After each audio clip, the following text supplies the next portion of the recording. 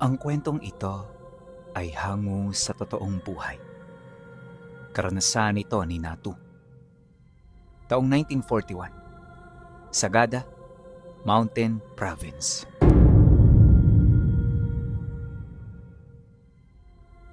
Tagabundok kung tawagin sa baryo ang pamilya ni Natu. Kabilang sila sa mga katutubong nakatira sa bundok, kung saan ang pangunahing pamumuhay ay pangangaso at pagtatanim ng mga gulay at palay. Hindi na bago para kay Natu ang ganoong palayaw, kaya naman normal na para sa kanila kapag tinatawag sila ng ganoon ng mga taga-baryo. Ang mahalaga, kumikita sila at hindi nakakaperwisyo. Ayon pa kay Natu na, kapag nasa baryo sila ng mga kapatid niya, hindi sila naiiba sa mga ordinaryong tao. Walang kaduda-duda sa kanilang mga kilos. Animoy isa silang simpleng pamilya ng mga katutubo. Subalit lingid sa kaalaman ng mga taga roon, may malalim na tangang karunungan ang bawat miyembro ng pamilya nila Natu. Mula sila sa angkan ng mga katutubong antingero na matagal nang namamayagpag sa kabundukan ng Sagada. At ang tanging nakakakilala lang sa kanila ay ang mga antingerong halos kasabayan din ng kanilang mga magulang. Minsan kapag nakakatagpo sila nito sa baryo, hindi nila maiwasang makipag-usap dito. At madalas ang kanilang nagiging paksa ay ang tungkol sa presensya ng mga nilalang sa Sagada. Ayaw na ayaw nila Natu na may pumapasok sa kanilang lugar, lalo na sa mismong baryo kung saan sila namumuhay. Bukod kasi sa itinuturing nilang mapanganib ang mga ito, hindi rin nila maaatim na makakita ng ganoong uri ng nilalang. Kaya sa loob ng 3 dekada, nanatiling malinis ang lugar nila. Payapang namumuhay doon ang mga tao na walang kahit na anong iniintindi sa mga nilalang na hindi nila basta-bastang nakikita. At habang tumatagal, ang paniniwala nila sa mga ito ay unti-unti nang nawawala. Hindi naman yun nakakaalarma, Pinuno, dahil yun din ang gustong mangyari ng angkan nila Natu. Ang tuluyan ng mawala ang pagdududa ng mga tao sa mga nilalang upang makapamuhay ito ng maayos at pangkaraniwan. Sa sandali naman na mangyari ito, magagawa na nila ang lahat ng binabalak nila, kagaya ng pagtatanim ng mga pangontra sa mga kabahayan at ang tuluyang pagsara ng bawat hangganan ng mga baryong nasa malapit. Matagal na itong binabalak ng kanyang ama. Ngunit sa kasamaang palad, hindi pa rin ito nangyayari dahil sa mga taong may kaalaman at karanasan pagdating sa mga nilalang na hindi nakikita. Kaya naman sa halip na pagtuunan nito ng pansin, pinili na lamang nilang mamuhay ng matiwasay. 2 beses sa isang linggo, bumababa sila ng tatay niya para ibenta ang mga karne na nakuha nila. Paminsan-minsan sumasama sa kanila ang mga kapatid niya, pero malimit lang ito dahil sa mga trabahong ginagawa nito sa kanilang tahanan. Pinapahintulutan lang din ito ng tatay niya na bumaba kapag marami silang dala at bibilhin sa baryo. Pero kapag wala, mananatili ang mga ito sa kanyang bahay sa ayaw man at sa gusto nila. Ngunit pagkaraan ng ilang buwan pagpasok ng taong ito, nagkataong marami silang nahuhuling usa sa gubat. Yung iba binubuhay nila, habang yung iba naman kinakarne at inaasinan nila bago nila ito ibilad sa araw. Masarap kasing sabawan ng etag na karne, Pinuno, lalo na kapag maulan. Hinahanap-hanap din yon ng mga kapatid niya, kaya hindi sila nito gaanong nagbebenta, lalo na kung kulang ang kanilang reserba. Isang umaga, na taong 7 bungkus ng hita ng usa ang ibababa nila galing bundok. Masyado itong mahirap kung silang dalawa lang ang magdadala, dahil na rin sa tarik ng mga daan patungo sa paanan. Kaya naman para maibsan ang kanilang pasanin, inabisuhan ng kanyang ama ang 2 niyang kapatid na tumulong sa kanila. Tinatawag nilang Dudoy yung sumunod sa kanya, Pinuno. Tapos yung pangatlo naman, Uban ang pangalan. Nasa edad 17 anyos yung sumunod sa kanya, habang si Uban naman nasa edad 15. Pero huwag kayong papaloko sa kanilang mga edad dahil kahit masasabing nagbibinata pa lamang sila, batak na sila pagdating sa lihim na karunungan. May mga napatay na rin itong nilalang, kaya hindi na sila mga baguhan. Ang katunayan, si Dodoy ay nagtatanga na ng mutya, habang si Uba naman may mga agimat na ring nagsisilbi niyang depensa at pangkaligtasan sa araw-araw. Dahil sa mga ito, kaya ni minsan wala pang nagkaroon ng sakit sa kanilang pamilya. Pagkakuha ng dalawa sa mga karneng iniabot ng tatay nila, kagad naman silang lumakad. Makulimlim ang panahon at nagbabadya ang pag-ulan, pero hindi sila nito natinag. Habang binabagtas nila ang daan pababa, panay na ang kanilang naging pag-uusap. Yung mga kapatid niya, masayang nagpupustahan kung meron ba silang makakasagupang nilalang sa baryo sa mga ganoong panahon. Kaya naman nang marinig ito ng kanilang ama, kaagad nitong pinatahimik ang dalawa. Kung wala kayong magandang sasabihin, tumahimik na lang kayo. Alam niyo namang hindi isang birong usapan tungkol sa ating mga kalaban. Galangin niyo sila at huwag na huwag ninyong mamaliitin. Nang marinig naman ito ni Dodoy, kagad naman itong tumahimik. Pagbaling nito ng tingin sa kanilang ama, may paggalang naman itong sumagot ng, "Pasensya na po, Itay. Hindi namin sinasadya. Nagkakatuwaan lang naman kami ni Uban at wala kaming ibig iparating sa aming mga sinabi." Kahit na anak, wala tayo sa bahay. Kaya hindi natin alam kung sinong nakikinig at nagmamasid sa lugar na ito. Basta, mag-iingat kayo palagi. Di pa man sila nakakababa ng paanan, tsaka naman bumuhos ang malakas na ulan. Maya-maya pa, dumilim ang paligid hanggang sa wala na silang makita. Gayunpaman, ipinagpatuloy nila ang kanilang pag-usad hanggang sa makarating na sila ng baryo. Pagtungtong nila sa bukana nito, wala silang nakita roong tao. Ni naglalakad sa merkado, wala talaga, maliban na lamang sa mga taong katulad din nilang nagtitinda. Bagaman madalang ang mga mamimili, wala silang pagpipilian kundi ang magtayo ng kanilang pwesto. Kailangan nila itong gawin para naman kahit papaano hindi sila umuwi ng walang dala. Isa pa, napakalakas pa noon ng ulan. Animoy magtatagal pa ito ng ilang oras. Pagkaraan pa ng ilang minuto, nang maisaayos na nila ang lahat, sabay-sabay na silang nagkape. Matapos nun, matyaga silang naghintay hanggang sa dumating na ang kanilang mga parokyano. At kagaya ng inaasahan, kaagad na naubos ng mga ito ang mga dala nilang paninda. Ang kaso lang, habang nagliligpit na sila, may napansin ang kanilang ama na isang matandang tindero, di kalayuan sa kanilang pwesto. Balot na balot ito ng itim na talukbong, tapos yung mga gulay nito halatang nabubulok na. Ang nakapagtataka, kahit sa ganoong estado ng mga paninda niya, pinipilit pa rin niya itong ibenta. Maya-maya pa, laking gulat na lamang nila Natu nang bigla itong tumayo, kasabay ng paglanghap nila ng napakabahong simoy ng hangin.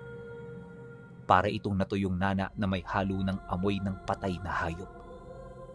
Basta nakakasuka ang amoy nito, kaya naman ang malanghap nila ito, kagad nilang ibinaba ang mga sakong pinaglalagyan ng kanilang mga paninda. Matapos nun, sumunod sila sa kanilang ama hanggang sa makumpronta na nito ang matanda. Paglapit ng tatay niya, bahagya itong napatingin sa paligid bago ito magwikas sa matanda ng, Anong ginagawa mo rito? Hindi ba't matagal na kayong pinagbabawalan na pumunta sa lugar na ito? Umalis ka na hanggat marami pang tao. Nang marinig ng matanda ang sinabi ng kanilang ama, di naman yun kaagad umimik. Sa halip muli itong umupo sa kanyang pwesto na parabang walang narinig. Nang mapansin ito ng tatay niya, bigla na lamang nitong kinuwelyohan ng matanda habang inuulit-ulit ang mga bagay na sinabi niya. Sapilitan na rin niya itong pinatayo pero nanatili itong walang pakialam. Kaya naman bago pa lumala ang sitwasyon, kaagad na nila itong dinarag patungo sa likurang bahagi ng merkado.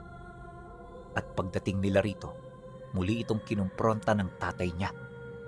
Bumunot na rin ito ng kutsilyo habang marahan itong inaambahan na uundayan ng saksak sa tagiliran. Ngunit sa halip na matinag ang matanda, nagpatuloy pa rin ito sa pagtitig sa kanila na parabang isa-isa sila nitong minamarkahan. Kalaunan, bago yun tuluyan ng kanilang ama, narinig nila itong nagsalita. Hindi nga ako matitinag sa mga ganyan. Naparito ko dahil sa aking misyon. Hangad ng aking Panginoon na malaman niyo ang kanyang mensahe. Nais niyang talikuran niyo ang baryo sapagkat sa mga susunod na buwan, ang aming lahi ay manginginain sa lugar na ito. Lahat ng kokontra mamamatay at wala kayong magagawa upang kami ay mapigilan. Paalala lang mga antingero, hangad ng Panginoon ko na makauwi ako ng buhay sa aming lugar. Kapag hindi, ituturing niyo itong digmaan sa pagitan ng ating mga lahi. Alam kong ayaw na ayaw niyo itong mangyari, kaya wala kayong magagawa kundi pakawalan ako. Pagkarinig naman nila sa sinabi nito, bigla na lang itong inundayan ng kanyang ama sa may bandang tagiliran. Mabilis na bumao ng punyal pinuno hanggang sa mapinsala na nito ang bawat laman loob ng matanda. Di pa nakontento ang kanilang ama. Muli itong nagpakawala ng ikalawang pag-unday na siya namang bumaon sa dibdib ng biktima. At pagkatapos nun, nakita nila ang mabilis na pagkaagnas ng labi nito hanggang sa abo na lamang ang natira. Kaagad silang bumalik sa kanilang pwesto para kunin ang mga naiwan nilang gamit. Habang ginagawa nila ito, may mga nagtanong sa kanilang taga roon pero hindi na ito gaanong kinausap ng kanilang ama. Kahit umuulan ng malakas, lumuwas sila hanggang sa makabalik na sila sa paanan ng bundok. At mula roon, naghanap sila ng mga pagkaing pwede nilang mapakinabangan pag-uwi. Buwig-buwig ng saging saba ang kanilang nakuha, kaya pagbalik nila ng bahay, kagad nila itong ginawang merienda. Ayon kay Natu, na noong mga sandaling yon, hindi nila pinag-isipan ng tungkol sa matandang pinaslang nila. Bukod kasi sa ordinaryong pangyayari na ang ganun, alam naman nila na ang mga ganoong nilalang ay literal na walang tira. Madalas kasi, ganun ang sinasabi ng mga nilalang na napapaslang nila sa baryo. Kumbaga, pananakot na lamang ang huling paraan nito para makaligtas ng buhay sa hanay nila. Ang kaso lang, pagtungtong ng gabi bago sila magpahinga, inabisuhan sila ng kanilang ama na manatili sa sala. Pagtatapat pa nito, mahalaga ang mga bagay na pag-uusapan nila, kaya nais nitong mapakinggan ng lahat ang mga sasabihin niya. Nang marinig naman ito ni Natu, medyo nakaramdam siya ng kaba. Alam niya kasi na kapag gano'n ang sinasabi ng tatay nila, seryoso na ang mga banta sa kanilang pamilya. Ilang minuto pa ang lumipas, matyaga na silang naghintay sa sala. Maya-maya pa, dumating na rin ang kanyang ama, kasama ang kanilang ina. Walang imikan ng dalawa, at sa estado ng mga mukha nila, tila bang napag-usapan na nila kung ano ang tunay na nangyayari. Pag-upo nito sa kanilang harapan, ang kanyang ama ang nagsimulang magsalita. Mga anak, meron tayong problema na kailangan niyong malaman. Hindi ito ang tipikal na problema ng ating pamilya, kaya anuman ang marinig ninyo, unawain niyo ito ng maigi. Pagkasambit nito ng mga katagang yon, direkta na nitong inilahad sa kanila ang tungkol sa mga nilalang na pinoproblema ng kanilang mga magulang. Ayon sa kanyang ama, na yung matandang pinatay nila sa merkado ay hindi isang ordinaryong nilalang. Napag-alaman nila na isa yung mensahero ng mataas na uri ng aswang. At ang mga aswang na tinutukoy nito ay ang mga nilalang na ipinanganak bilang isang purong kaluluwa. Hindi ito pangkaraniwan sa mundo ng mga tao dahil nagmula ito sa mundo ng mga engkanto. Malayong malayo rin ang mga aswang na ito kumpara sa mga dati nilang nakasagupa dahil hindi ito nagtatanga ng orihinal nitong katawan. Sa madaling sabi, pumapasok ito sa mga labi upang magkaroon sila ng pisikal na katawan. Para mapanatili ang kasariwaan ng labi, obligado ang mga ito na kumain ng karne ng tao para mapalitan ng mga lamang nabubulok. Nang marinig naman ito ni Natu, hindi niya maiwasang sumagot sa kanyang ama nang, Tay, mukha ho yatang wala naman silang pinagkaiba sa mga aswang na pinatay na natin. Ano po bang kinakabahala ninyo? Walang pagkakaiba, anak. Pero kung mag-iisip ka ng malalim, dito mo mauunawaan ang kanilang mga kakayahan. Alam mo ba na ang mga yan ay may kakayahang gumamit ng katawan ng isang antingero? At lahat ng karga ng mga antingerong yon, mapapasa kanila. Isipin mo na lang, kung ang nakuha nilang labi ay minsang pagmamay-ari ng dibino o hindi naman kaya'y babaylan. Dahil sa sinabi nito, tsaka pa lamang napagtanto ni Natu ang tunay na panganib ng kanilang mga kalaban. At sa pagpapatuloy ng kanilang pag-uusap, dito inilahad ng kanyang ama ang patungkol sa pagpapatunay ng mga kaibigan nilang nagpadala ng mensahe ukol dito. Dahil sa mga ito, kung kaya't nakaramdam sila ng matinding banta laban sa kanilang pag-iral. Kaya pagsapit ng sumunod na araw, ora mismo itinigil nila ang lahat ng kanilang trabaho. Pansamantala, nagkahiwa-hiwalay rin sila ng kanyang mga kapatid para humingi ng tulong sa kanilang mga kadugo. Sa bundok kasi kung saan sila nakatira, kokonti lang doon ang mga kadugo nila dahil karamihan sa mga ito naroon sa karatig bundok kung saan higit na malawak ang lupang pwedeng mapagtaniman ng gulay. Dati rin silang naninirahan sa lugar na yon, pero pinili ng kanyang ama na bumukod upang makaiwas sa anumang gulong posibleng mangyari sa loob ng kanilang pamilya. Madalas kasi, nagkakainitan sila ng mga kapatid niya dahil na rin sa pangangalap ng mga mutya at agawan sa lupa. Kaya imbis na makipagpaligsahan sa mga ito, minabuti na lang niyang magpakalayo-layo. Subalit ang pagbubuklod nilang yon ay hindi nangangahulugan ng pagputol sa kanilang ugnayan. Anumang oras maaari pa rin silang lumapit dito, lalo na kung ang problemang kinakaharap nila ay hindi na masusolusyonan ng kanilang pamilya. Pagtungtong ng tanghali, narating ni Natu ang lugar ng angkan nila. Pagpasok niya sa loob ng nayon, kagad siyang sinalubong ng kanyang mga tiyuhin na nakatunog na rin sa kanilang problema. Paglapit ng mga ito, dali-dali siya nitong sinamahan hanggang sa makarating sila sa bahay ng lolo niya. At pagdating nila roon, nakita niya ang 5 pinuno ng angkan na seryosong nag-uusap-usap. Pagsilay ng lolo niya, kagad siya nitong sinenyasan na lumapit habang nagwiwika ito ng, Mabuti naman at maaga ka, apo. Lumapit ka na rito at nang mapag-usapan na natin ang mga dapat ninyong gawin. Huwag kang matakot. Kasama niyo kami sa labang ito. Dahil sa sinabi ng lolo niya, kagad naman siyang lumapit. At nang makaupo na siya sa likurang bahagi, tsaka naman nagsimula ang pagpupulong. Habang siya ay nakikinig, napansin niya na lahat ng personalidad sa loob ng silid nabibilang sa mga mandirigma ng kanilang lahi.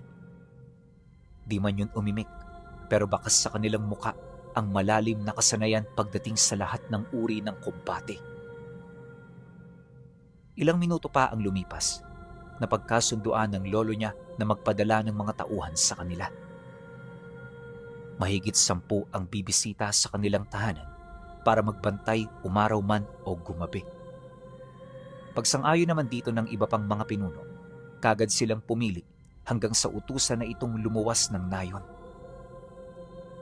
Pagkatapos nito, nabaling ang tingin ng lolo niya sa kanya indikasyon na meron itong nais malaman. Apo, kumusta na ang tatay mo? Ano mga ginagawa niya sa inyo?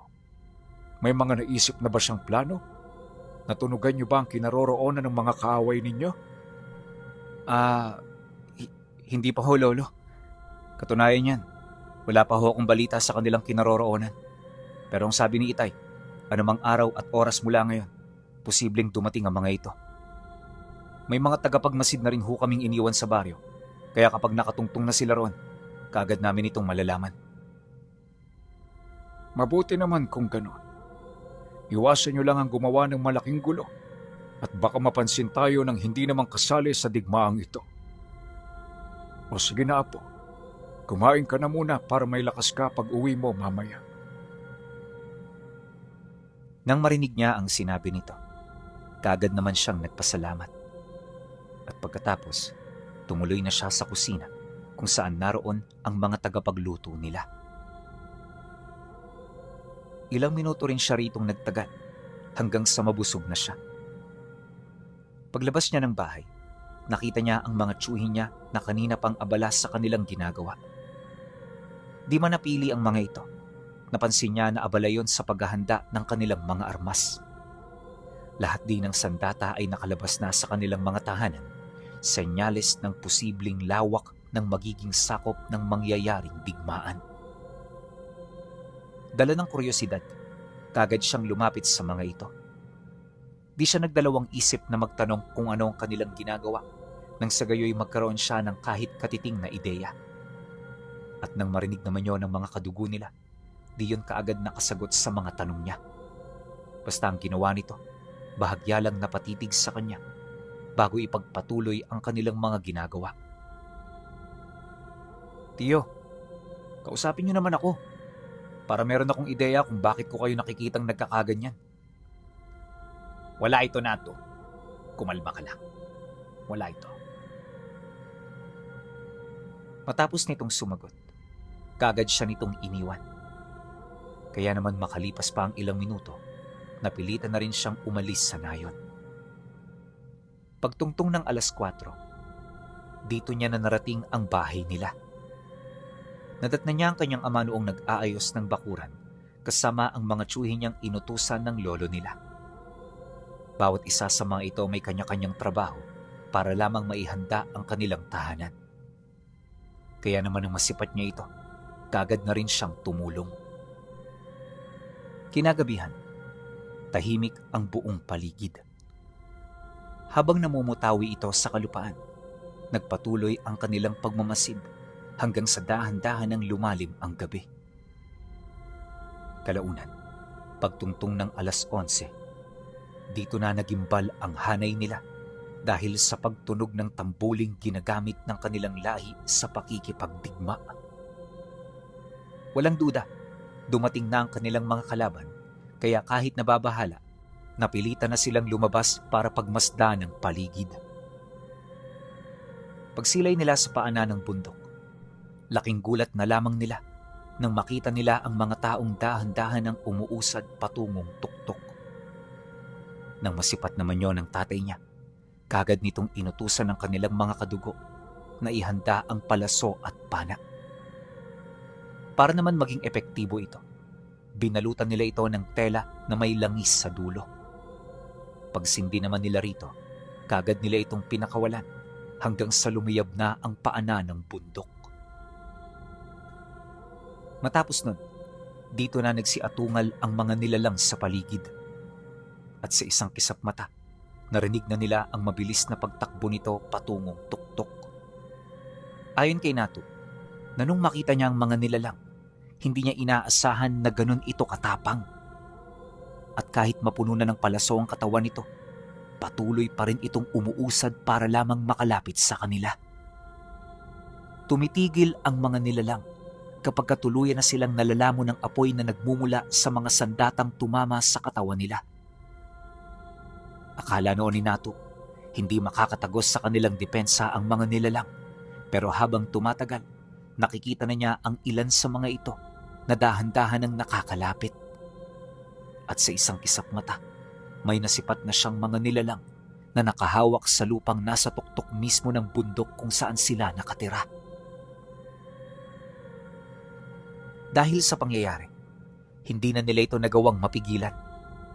At nang marating nito ang kanilang tahanan, walang kaabog-abog nitong winasak ang lahat ng pangontra at mga bakod nilang gawa sa pinatulis na kawayan. Sa isang kisap mata, lumaganap ang kaguluhan sa paligid. Nang makita naman yon ng mga tsuhin niya, dali-dali itong humugot ng mga armas para simulan na ang pakikipaglaban.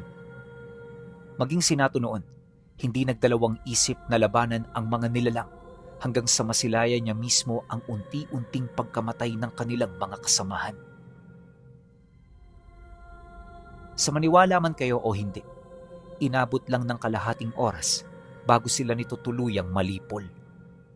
Nang masipat ni Nato na unti-unti nang namamatay ang mga tsuhin niya, kaagad siyang napaatras habang bakas sa kanyang mukha ang matinding pagkagulat. Maya-maya pa, narating niya ang kinaroroonan ng mga magulang at kapatid niya.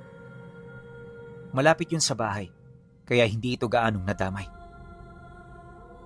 "Tay, mukhang kailangan na po nating umatras dito. Tara na!"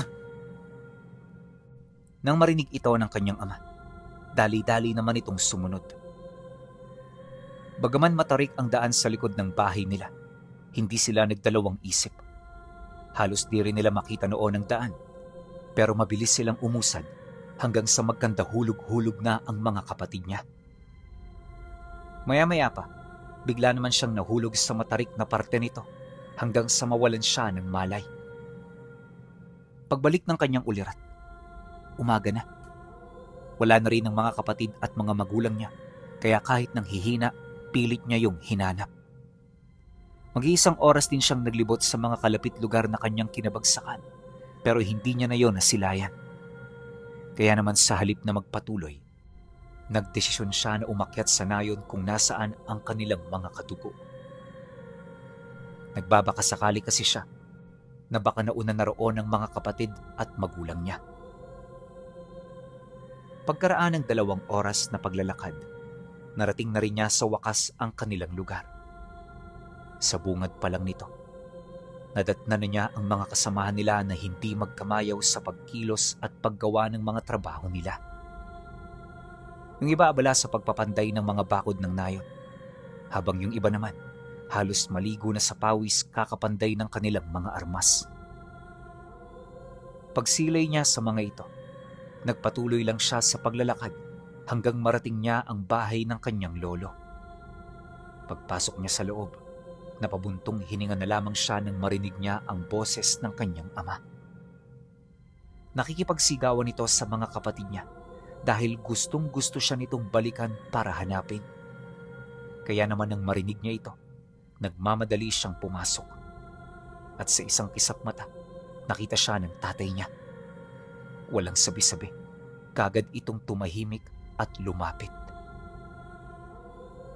Salamat sa Diyos at buhay ka. Hinanap ka namin kagabi, anak, pero hindi ka namin matagpuan. Pasensya ka na kung napilitan kaming iwan ka. Dahil sa sinabi nito, napatangulang naman siya habang umiiyak. Sa halip na pag-usapan pa nila ang tungkol dito, minabuti niya na hanapin na muna ang kanyang nanay at mga kapatid. Kaya nang marinig nito ang kanyang sinabi, kaagad siya nitong sinamahan sa silid kung saan yon nagpapahinga. Kinahaponan, wala silang ibang ginawa kundi ang maghintay ng impormasyon mula sa kanilang mga kasama na pumunta sa bahay nila. Mag-iilang oras na rin itong umalis, pero wala pa ring senyales ng pagbabalik ng grupo. Akala nila sandali lang ang mga ito, pero 5:00 na ng hapon hindi pa rin yun nakakabalik. At pagtungtong ng 6:00, tsaka pa lamang nila ito nakitang naglalakad papasok ng nayon. Bawat isa may mga buhat-buhat na sakong naglalaman ng labi ng kanilang kasama. Wala ring imikan ang mga ito. Animoy habang sila'y naglalakad, sinasabayan ito ng matinding pagluluksa. Pagbaba ng mga katawan, dito na nagtipon-tipon ang kanilang mga kadugo. Nga pala, mahigit sa 20 pamilya ang naroon kaya medyo marami-rami rin ang nakatira sa nayon. Maya-maya pa, nang makuha na nito ang atensyon ng mga tao, halos hindi mahulugan ng karayom ang paligid. Bawat isa nag-uusap-usap, ukol sa mga dahilan ng pagkamatay ng kanilang mga kadugo.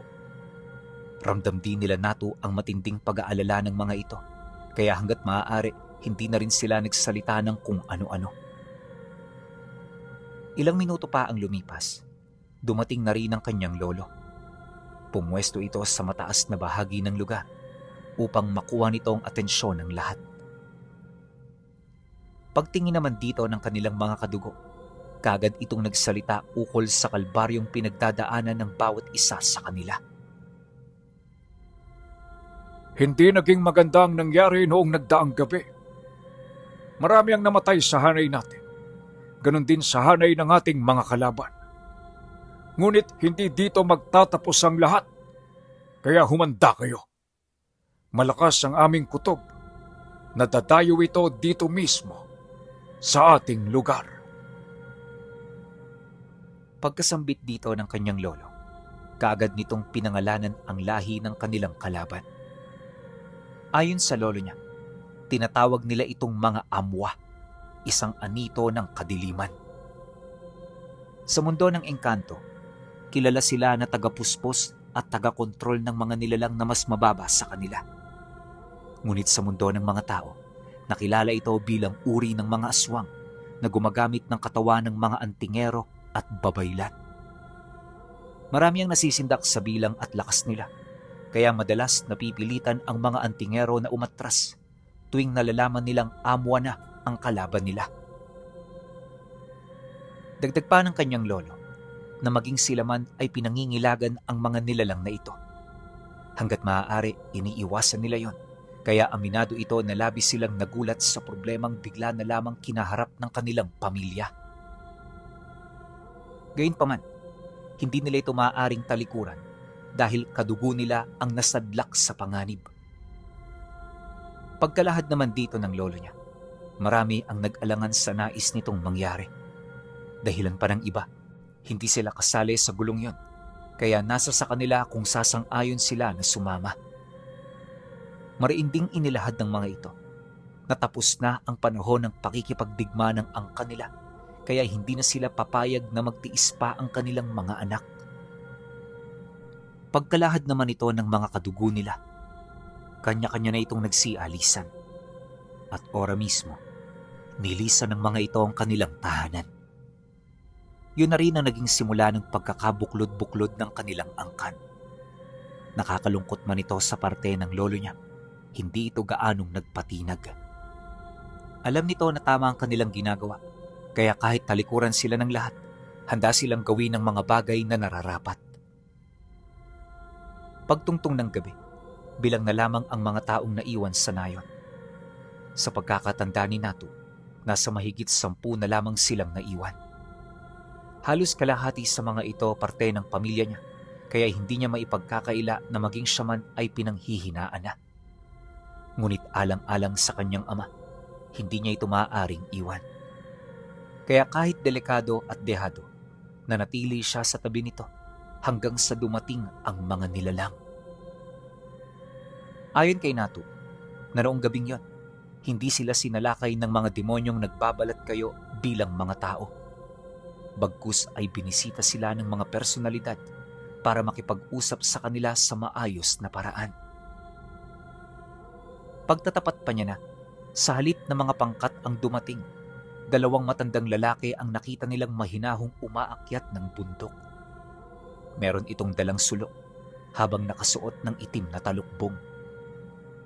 Malayo palang matinding kaba na ang kanyang naramdaman dahil sa unang bahagi ng bundok, nakita nila ang kumpul ng mga nilalang na naghihintay lang sa senyas ng 2. Kaya imbis na atakihin nila ang mga ito, pinili nilang maghintay sa hudyat ng kanilang lolo. Kalahating oras ang lumipas. Nakaakyat na ang 2 matanda. Pagpasok nito sa bukana ng nayon, kaagad nitong hinubad ang kanilang talukbong, indikasyon na makikipag-usap ito ng formal. Pagbaba ng talukbong nito, Kaagad na silayan nila Natu ang tig-dalawang mahahabang talibong na nakasuksok sa mga bewang nito. Kapansin-pansin din ng mga sugat nito sa mga katawan. Animoy matinding digmaan na ang kanilang pinagdaanan. At kagaya ng mga tsuhin niya, kompleto rin at buo ang lahat ng agimat at mutsyang nakakabit sa katawan nito. Kaya nang makita nila ang mga bagay na yon, hindi nila maiwasang makaramdam ng matinding takot at pagkasindak. Gayunpaman, kahit labis nang nababahala, minabuti nilang manatili sa pwesto nila. Ibinigay nila ang kanilang tiwala sa lolo niya nang sa gayoy hindi sila malito sa kanilang mga plano. Pagkaraan pa ng ilang minutong pagmamasid, kasama ang kanyang ama, lumapit ang lolo niya sa dalawang matanda. Pagharap ng mga ito, narinig nila itong nag-uusap. Medyo malabo sa kanila ang mga napag-usapan, gawa ng may kalayuan din ito sa kanila. Maya-maya pa, dito na bumalik ang lolo at tatay niya habang seryosong nakatingin sa kanila. Walang imikan, pero mararamdaman mo ang bigat ng problema na kanilang pinapasan. Paglapit naman ito sa kanila, kagad nitong inilahad ang kanilang mga napag-usapan. Hindi nakipagkasundo ang lahi ng mga amwa sa pakiusap kong kapayapaan. Kaya sa mga oras na ito, ihanda ninyo ang mga sarili ninyo. Marahil ang gabing ito ang magdedesisyon ng kahinatnan ng ating angkan. Iniwan na tayo ng iba nating mga kadugo. Kaya hanggang sa kahuli-hulihan ng ating hininga, ipaglaban natin ang sarili nating lupa. Matapos naman itong magsalita, kagad namang nagsigawan ang kanyang mga tsuhin at mga kadugo. Binalot ng sigaw ng katapangan ng paligid hanggang sa makita nila ang pagsugod ng daang-daang mga amwang naroon sa ibaba ng bundok. Pagsilay nila rito, nakita nila na mabilis na naghukay sa lupa ang dalawang matandang kumausap sa kanilang pinuno. Ilang segundo pa ang lumipas, nangyari na nga ang hindi inaasahan. Sa lahat ng direksyon sumugod ang mga kalaban hanggang sa mawasak ang lahat ng tahanan na nakatirik sa kanilang nayon. Mag-iisang oras nagtagalang kaguluhan na kung saan sinubukan nilang ipaglaban ang lahat ng natitira sa kanila. Ngunit sa kabila nito, nanatili silang delikado sa hanay ng kanilang mga kalaban. Kalaunan, dito na isa-isang nanghina ang mga kadugo nila hanggang sa napaslang na ng mga amwa ang mga kapatid niyang wala pa gaanong kamalayan sa mga nangyayari. Hindi nagtagal, sumunod na rin ang lolo niya kasabay ng pagbagsak ng kanyang mga tsuhin at ng sarili niyang ina. Nang mapansin ito ng kanyang ama, hindi ito nagdalawang isip na daragin siya. Kagaya ng naunang nangyari, mabilis itong tumakas sa likurang bahagi ng kanilang nayon. Di hamak na mas matarik ang daan doon, ngunit hindi ito nag-alangan. Pagbagsak nilang dalawa sa paanan, kahit bali-bali na ang katawan ay nagpatuloy pa rin silang umusad. Habang akay siya ng tatay niya, pilit nilang tinahak ang daan hanggang sa mawala na ang mga ingay sa paligid. Kalaunan, nang medyo makalayo na sila, dito na tuluyang nawala ng malay ang tatay niya. Nagtamo ito ng malulubhang pinsala sa may bandang braso at binti, kaya kahit nang hihina siya, sinikap niyang bantayan ito hanggang sa mag-umaga. Pagsapit ng sumunod na araw, siya naman ang naglakas loob na akayin ito para lamang makarating sa karatig baryo. Mabuti na lang talaga, may mga tumulong sa kanilang magsasakang napadaan sa dinaraanan nila. At sa kanilang paglalakbay ng magkasama, paulit-ulit na itanong ng mga ito ang dahilan kung bakit nangyari yun sa kanila. Nang marinig naman yun ni Natu, sinikap niya na magsinungaling nang sa gayoy hindi na kumalat ang balita ukol sa pagkamatay ng kanilang angkan. Isa yung nakakalungkot na tagpo para sa kanya, kaya habang nagsisinungaling siya, hindi niya maiwasang mapaluha. Pagdating nila sa karatig bayan, diretso sila nitong inihatid sa bahay pagamutan. Ang problema, masyadong maraming tao roon, kaya hindi sila nakapasok. Ilang oras din silang naghintay sa labas bago nagdesisyon ang kanyang ama na umalis na roon. Ayon dito, hindi mga espesyalista ang kailangan nila, kundi mga albularyo. Dagdag pa nito na, delikado sila sa mga ganoong lugar dahil posibleng hinahanap sila ng lahi ng kanilang mga kaaway. Ang kinakailangan nilang gawin, maghanap ng mapagtataguan at mga taong mapagkakatiwalaan. Nang marinig ito ni Natu, dali-dali niya itong sinunod. Mag-iisang linggo sila noong nanirahan sa Kuweba Pinuno para matulungan ng kanyang ama na magamot ang mga sugat nito. Hindi rin sila lumapit kung kani-kanino sa takot na baka matunugan sila ng mga amwa. Lahat ng pagpapahirap sa kuweba tiniis nila hanggang sa hindi nagtagal, nasanay na rin sila kahit papaano. Dumaan pa ang mga araw at ang araw ay naging buwan. Dahan-dahan na silang nakakalimot sa kanilang mga kalaban. Inakala noon ni Natu na nakalimutan na sila ng mga ito. Pero isang hapon, habang naghahanap siya ng mga pagkain sa merkado, may nakita siyang 2 binatilyo na nagtatanga ng presensya ng amwa. May hina lang ang mga ito, kaya sa isip-isip niya, maaaring utusan o alipin lang yon ng mga kalaban nila. Dahil sa kanyang mga nakita, kung kaya't dali-dali siyang umalis bitbit ang mga pagkaing nakuha niya. Pagbalik niya sa kuweba, nadatnan niya ang kanyang ama na nakaupo habang hawak-hawak ang tungkod nito. "Tay, kumain na ho kayo. Meron akong mga dala rito." Nang marinig ito ng tatay niya, kagad naman itong sumunod. Habang nagsasalo-salo sila, dito niya nabanggit ang tungkol sa mga amwa na nakita niya. Matapos naman niya itong mailahad, napansin niya kaagad ang pagkawala ng gana ng kanyang ama. Kung gayon, hindi pa pala nila balak na lubayan tayo. Ang bait naman sa atin ng Panginoon. Biruin mo, pinapahirapan niya tayo ng ganito.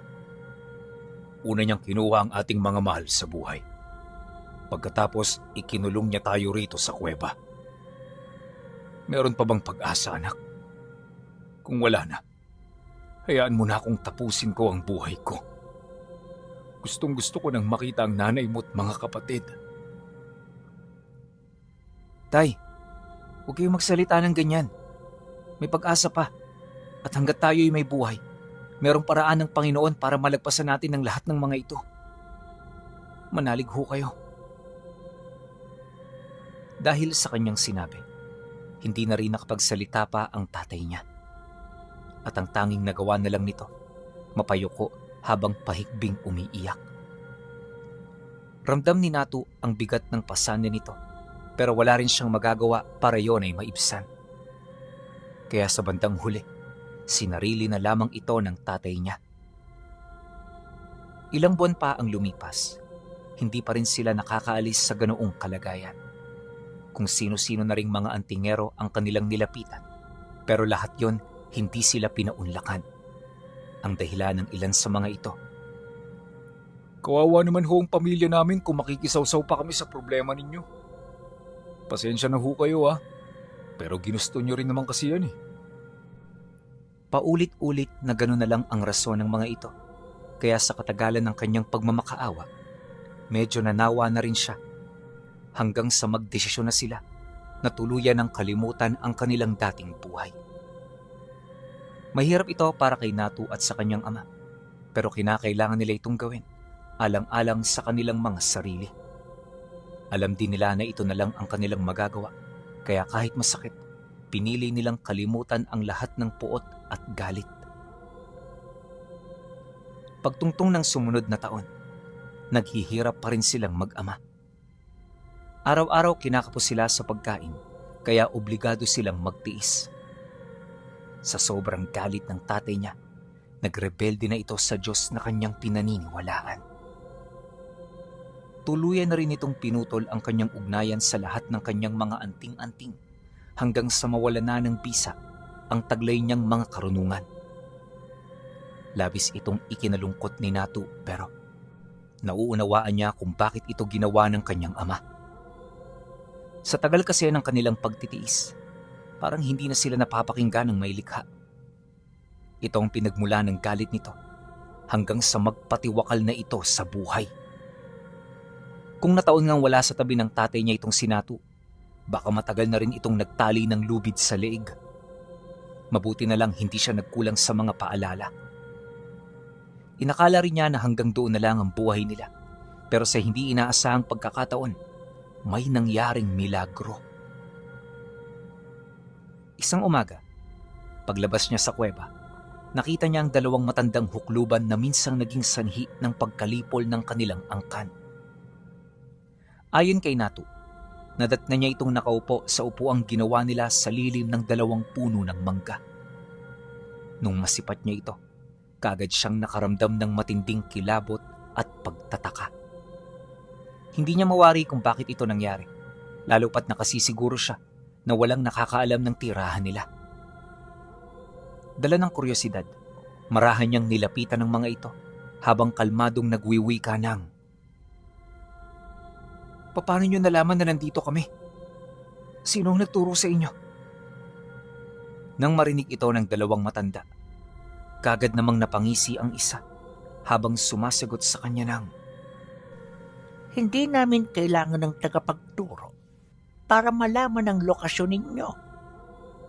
Hindi ba sinabi ng lolo mo na ang lahi namin ay umiiral sa lahat ng dako? Ultimo ang mga ibon, amin niyang tagasunod. Sa panahong ito, Antingero, hindi na umiiral ang Panginoon mo. Pagkasambit nito ng mga kataga, bigla na lamang itong kumilos. At sa isang kisap mata, napansin niya na hawak-hawak na nito ang leeg niya. Habang tumatagal, mas lalong lumalakas ang pagkakahawak nito hanggang sa dahan-dahanang nandidilim ang kanyang paningin. Sinubukan niyang humingi ng tulong sa gabay ng kanyang trespiko, pero pagtawag niya rito, bigla na lamang naabo ang suot niyang agimat. Kagad itong humulma sa leeg niya, kaya pansamantala siyang nawala sa kanyang sarili. Pagsigaw niya ng malakas, dali-dali namang lumabas ang tatay niya. Ang kaso lang, di pa man ito nakakalabas ng kuweba, tumarak na sa katawan nito ang dalang tungkod ng kasama ng matandang nakahawak sa leeg niya. Sa sobrang bilis ng mga pangyayari, tulala na lang ang tatay niya habang nakatingin sa tiyan nitong duguan. Bakas din sa mukha nito ang pagkagulat hanggang sa tuluyan na itong nanghina. At pagkatapos nun, bumulagta na lamang ito sa lupa. Nangingisay, dahan-dahang naliligo sa sarili niyang dugo. Nang masipat naman ito ni Natu, pilit niyang nilabanan ng matanda. Lahat na halos ginamit niya, pero sa kasamaang palad walang kahit isa sa mga agimat niya ang umubra. Nakita mo na yan, bata. Yan ang senyales ng paglisa ng kapangyarihan ng Diyos sa mundong ito. Wala ka nang magagawa. Dito na magtatapos ang lahi ninyo. Nang marinig niya ang sinabi nito, dahan-dahan na rin siyang nakaramdam ng panghihina. At sa hindi malamang dahilan, pinili na lamang niyang hayaan ng matanda na paslangin siya. Subalit bago siya mawala ng malay, may narinig siyang tinig ng lalaki na nagsasabing, Ubique Deus este. na ang ibig sabihin, ang Diyos ay nasa lahat ng dako. Nang marinig ng hukluban ang sinabi ng tinig, bigla itong nagulat. Kagad nitong nabitawan si Natu dahilan para hindi siya matuluyan. At sa pag-atras nito, nakita ng nilalang ang isang lalaki na binabalot ng purong liwanag. Nakakabulag ang liwanag na nagmumula sa katawan, kaya hindi na nakakilos pa ang mga nilalang. At bago pa man manumbalik ang kanilang mga lakas, unti-unting may humulmang simbolo sa kanilang katawan sa pamamagitan ng isang mahiwagang baga. Nang makumpleto ang mga simbolo, kaagad na lumabas ang nagniningas na apoy sa mukha nila. Mabilis sila nitong nalusaw hanggang sa wala nang matira sa kanilang pag-iral. Pagkatapos ng mga pangyayari, dito na nanumbalik ang kamalayan ni Natu. Pagbali niya ng tingin sa taong nagligtas sa kanya, nakita niya ang isang normal na lalaki na nasa edad 40 anyos pa lang. Taliwas sa kanila, wala itong karagang kahit ano sa katawan. Literal na simpleng tao lang ito. O sa dialekto ng mga antingero, isang hubad na nilalang. Subalit habang tumatagal ang kanyang pagtitig, meron siyang napansing kamanghamanghang bagay. Sa tabi ng lalaking yun pinuno, may 2 anghel na gumagwardya sa kanya. Ito ang una niyang napansin dito, hanggang sa masipat niya ang isang maningning na banal na nilalang sa likod nito. Katulad ito ng anghel, pero di hamak na mas mataas ang antas nito. Dala ng pagkagulat, kagad niyang ibinaling ang kanyang tingin sa mukha ng taong nagligtas sa buhay niya. Pagkatitigan naman nilang dalawa, nakita niya ang mapuputi nitong mga mata at maamong pagmumuka. Dali-dali itong lumapit sa kanya para tulungan siyang makabalik sa kanyang mga paa. Matapos siyang mapatayo ng lalaki, kagad itong nagpakilala gamit ang napakabanayad na boses. Ako si Julian, isang dibino na nakatira sa likod ng kuwebang ito. Matagal ko na kayong nakikita rito, kaya alam ko na kung sino kayo. Paumanhin sa nangyari sa ama mo, hindi ko na siya nailigtas pa dahil hindi ito ang pakay ko. Noon pa man nakikita ko na sa tatay mo ang pagkasuklam niya sa mundong ito. Kaya imbis na makagawa pa siya ng karagdagang kasalanan, pinili kong siya ay pagpahingahin na. Makakaganda ito sa kanya, Natu. Dahil ngayong wala na ang tatay mo, isa ka ng ganap na malaya. Alam kong masakit ito, pero sa katagalan, masasanay ka rin. Dahil sa sinabi ng dibino, mas lalo lang siyang napahagulgol sa pag-iyak. Ang akala niya kasi, hindi nito naabutan ng tatay niya o nagkamali lang ito ng tansya. Hindi niya sukat akalain na hinayaan pala nitong mamatay ang tatay niya para maging malaya siya. Isang bagay na alam niyang hanggang sa hukay ay dadalhin niya. At sa pagpapatuloy ng kanilang pag-uusap, dito na nagsimula ang kanyang pagtatanong. Inuna niya ito sa rason ng lalaki bago niya alamin ang tungkol sa plano nito sa kanya. Ramdam niya kasi na hindi pangkaraniwan ang taglay nitong lakas, kaya posibleng meron pa itong binabalak na mas maganda. Nang marinig ito ng dibinong si Julian, kagad nitong ipinagtapat ang mga bagay na kanyang hinahangad. Nais kitang maging katuwang sa pakikipaglaban ko sa mga amwa. Kung tutuusin, kaya ko naman tong gawin ng mag-isa. Pero kailangan ko pa ang lahi mo.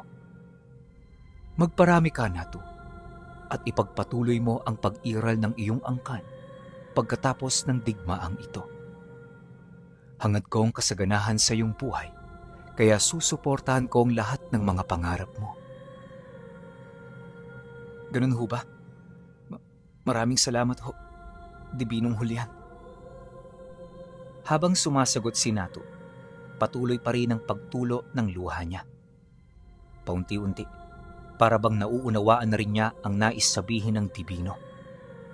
Sigurado rin siyang totoo ang mga sinasabi nito, dahil noon pa man paulit-ulit nang sinasabi ng kanyang ama na sumuko na ito sa buhay. Marahil dahil sa mga naging kalagayan nito at sa estado ng kanilang pamumuhay. Kaya kahit masakit, hindi niya maipagkakaila na gusto na rin niya ang nangyaring tadhana. Pagkaraan pa ng ilang minuto, isinama siya ng ermitanyo sa bahay nito. Nasa likod lang ito ng bundok, kaya pagkaraan ng isang oras, narating nila ang lugar. Ayon sa kanya, hindi niya inaasahan na ganun kaganda ang bahay ng ermitanyo. Isipin ninyo, sa gitna ng talon, sa mataas na bahagi ng lupa nakatirik ang bahay nito. Napapalibutan ito ng mga punong namumunga, tapos sa bandang gilid, naroon ang bukal na hindi nauubusan ng tubig. Maraming pagong at isda sa talon na siya namang malimit na nagiging pagkain nito. Maaliwalas din ang lugar. May malapad na bakuran, imbakan ng pagkain, at hitik na hitik sa mga galang hayop na sa kalikasan mo lang makikita. Unang tingin niya nga sa lugar, pakiramdam niya, kinakasihan ng mga diwata ang nakatira rito. Pagpasok nila sa loob, bumungad sa kanya ang napakalinis na paligid. Bagamat simple, makikita mo ang pagiging malinis at pagiging masinop ng may-ari. Lahat din ng pagkaing iniabot nito sa kanya ay masusustansya, kaya sa loob lang ng ilang araw, nakabawi na siya. At nung lumakas na ang katawan niya, tsaka siya isinama ng dibino sa bayan. Noong una, kinakabahan siyang sumunod, pero dahil sa mga sinabi nito, nawala ang kaba niyang yon. Tandaan mo, Natu, hindi totoo ang kanilang mga sinasabi. Meron din silang mga kahinaan, kaya huwag kang matakot. Isa pa, kasama mo ako. Ano bang ikinakabahala mo? Nang marinig ni Natu ang kalmado nitong boses, biglang nawala ang takot niya. Nakapag-isip na rin siya ng tuwid hanggang sa nagdesisyon siya na sundin ang nais ng dibino. Pagkatapos nito, dali-dali na silang naglakad hanggang sa makarating na sila ng bayan. Sa bukana palang pinuno, napakarami na nilang nakikitang mga amwa. Yung iba rito mga tagapagmasid, habang ang iba naman mga mandirigmang tagapagbantay. Pagsilay dito ng ermitanyo, kagad siya nitong dinala sa masikip na bahagi ng daan na nagdudugtong patungo sa sentro. Pagpasok nilang dalawa, mabilis ang naging paglalakad nila. Walang imikan, diretso lang ang tingin sa daan. Maya-maya pa, narating nila ang tambayan malapit sa merkado. Pagsilay nila rito, kagad nilang nakita ang mga amwa na nagbabantay. May mga kasama itong manlalason at mambabarang, senyales na aatake ito sa oras na may makita silang mga kalaban. Nakikita mo ba ang mga yan, Natu? Yan ang mga salot sa lupaing ito. Matagal ko na silang pinagmamasdan. Alam ko na ang kilos nila, lalong-lalo na ang kanilang pakay. Hindi kalayuan dito may isang malaking abandonadong bahay. Yon ang nagsisilbing bahay kainan ng mga salot na ito. Dito rin natin makikita ang kanilang pinuno, kaya kung nais mong maghiganti, ito ang lugar na una mong sasalakayin. Pero hindi yun ngayon, Natu. Wala ka pa sa kapasidad, at sa estado mo, walang duda na ikakamatay mo ito. Sa ngayon ang kailangan nating gawin, pag-aralan ang kanilang mga kilos, gawin ang kanilang mga ginagawa at makibagay sa kanila. Hanggat hindi pa tapos ang pagsasanay mo sa ilalim ng aking pamamahala, wala kang ibang gagawin kundi ang sumunod sa lahat ng nais ko. Maliwanag ba? Sige ho, Dibinong Julian. Kung yan ang gusto ninyo, hinding-hindi ako tututol. Pagkatapos ng kanilang usapan, kagad silang kumilos. Para naman meron siyang mapaglibangan, dumukot ng isang amwa ang maestro niya para paslangin niya. Ayon sa kanya, na nung gawin ito ng Dibino, maging siya ay hindi maiwasang magulat. Nung dinarag kasi nito ang nilalang, para lang itong dumakip ng pangkaraniwang aswang. Nang mahawakan na niya ito, agad niya itong inihipan ng tigalpo, sabay pasok nito sa sako na kanilang dala. At pagkatapos nun, bumalik na sila sa tahanan ng Dibino. Pagtungtong ng gabi, binalot ng mga sigaw at atungal ang buong paligid. Kahit kasi gabing-gabi na, walang sawang pinapahirapan ni Natu ang nilalang. Ilang oras man niya itong atakihin, tila bang hindi siya nawawala ng puwersa.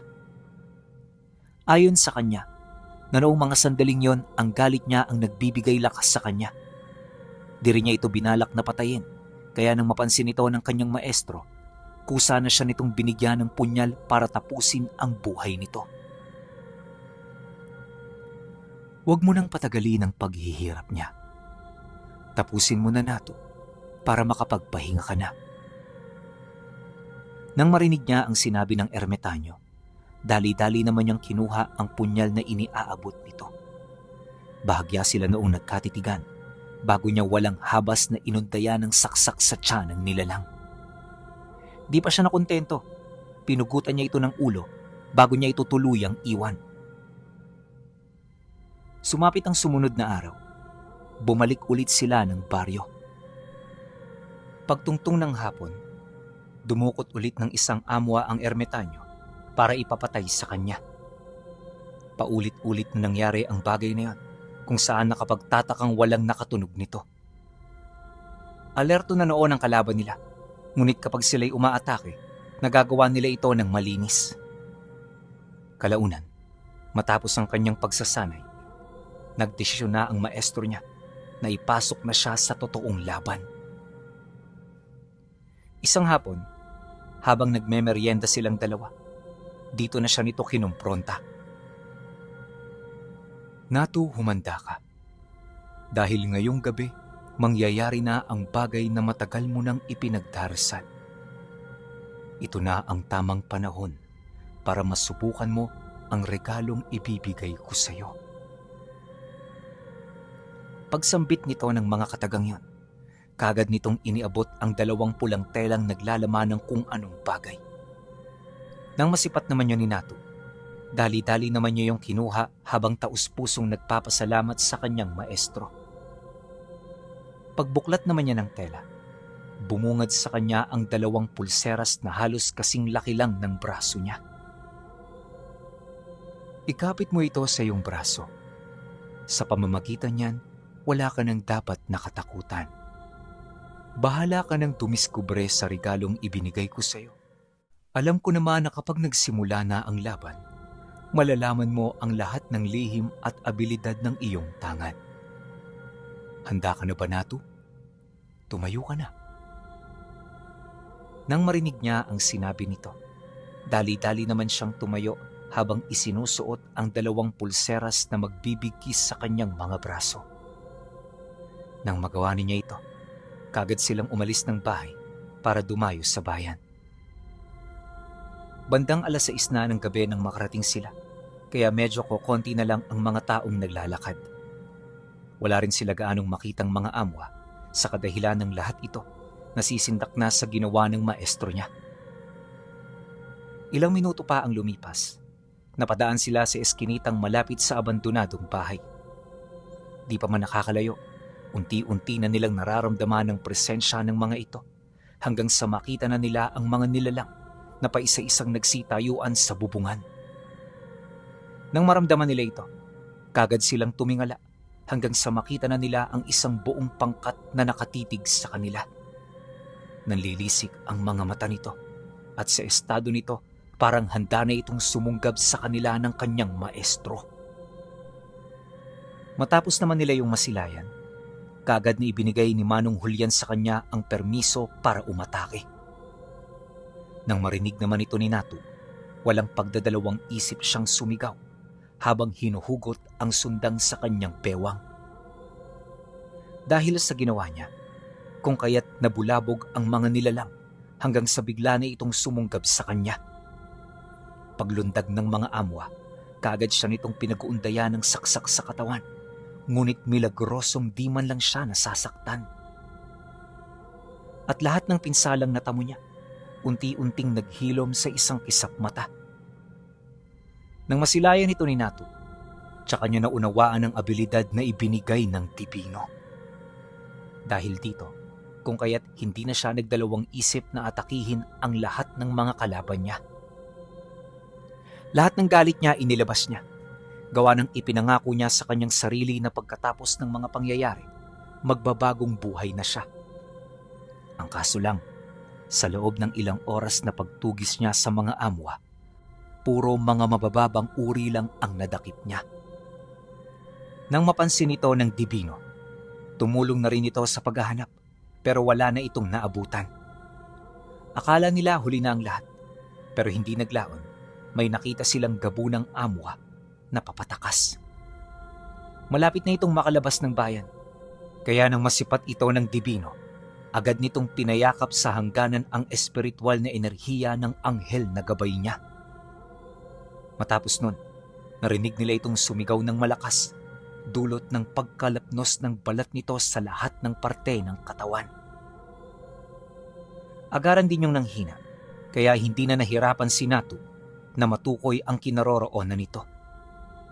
Pagdating niya sa lugar kung saan naroon ang nilalang, nakita niyang binabantayan pa ito ng ilan sa mga tauhan nito. Kaya naman paglapit niya, kaagad niya itong sinugod at pinagpapaslang. Subalit bago niya mahawakan ng gabo ng amwa, nagtamo siya ng malulubhang pinsala sa mga tauhan nito. Ngunit sa kabila ng lahat ng iyon, hindi man lang siya natinag. Habang sinasalo ang mga atake ng nilalang, buong tapang siya ritong nakikipagpalitan. Kapag inuundayan siya, ganon din ang ginagawa niya.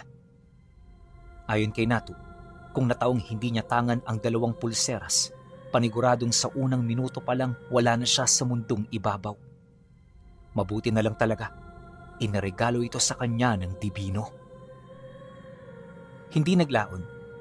Matapos ang ilang oras na pakikipagbuno, nakamit na niya ang inaasam niyang tagumpay. At para tuluyan ng makamit ng kanyang pamilya ang hustisya, kaagad niyang pinatay ang gabo ng amwa sa harapan mismo ng mga naghihingalo nitong kasama. Matapos nun, kaagad nila itong iniwan. Ilang araw ang lumipas, nagpatuloy ang kanilang paghahanap, subalit sa kasamaang palad wala na silang naabutang mga nilalang. Kaya para malaman ng lokasyon ng tumakas na lahi, dumakip sila ng mga aswang at mangkukulam para tanungin. May mga nakapagsabi sa kinaroroonan ng mga ito, pero pagdating nila sa lugar, hindi na nila yun doon naabutan. May mga bakas pero wala na silang maamoy sa hangin. Dagdag pa ni Natu na noong makumpirma nila ang pagtakas ng mga nilalang, hindi rito natuldukan ang kanyang misyon. 3 taon niya itong hinanap at sa loob ng 3 taong yon, may mga amwa siyang naabutan. Lahat ng nadakip, matinding parusa ang pinagdadaanan bago sila tuluyang mapaslang. Tumigil ang dinoon si Natu nang abisuhan na siya ng kanyang maestro na magbagong buhay na. At magmula noon, sinikap niyang baguhin ang buhay niya. Dumaan ang dekada, namuhay siya bilang isang simpleng antingero at magsasaka. Malimit hindi niya na ginagamit ang abilidad niya, pero kapag ito'y kinakailangan, hindi siya nagdadalawang isip. Tuluyan na ring humiwalay sa kanyang maestro niya, gawa ng may mahalaga pa itong bagay na kinakailangang unahin. Ayon pa sa kanya, nagkikita naman sila pero nangyayari lang ito 1 beses sa 1 taon.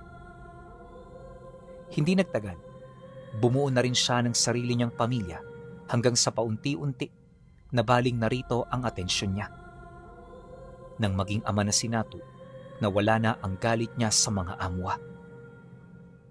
Pero alam niyo pinuno, gaano mang katagal ang panahong lumipas, hinding-hindi niya makakalimutan ang pangyayari noong iniligtas siya at tinapos niya ang halos buong angka ng amwa sa pamamagitan ng regalong pulseras ng pinakamalakas na Dibino sa buong Sagada.